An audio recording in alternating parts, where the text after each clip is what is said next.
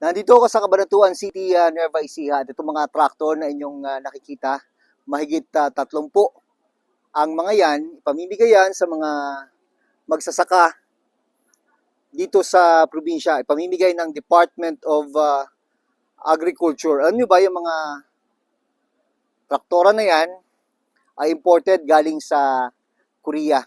Pero kapag nagsimula na yung operasyon at natapos na lahat ng plano, ay ang mga tractor na gaya niyan dito nagagawin sa Cabanatuan.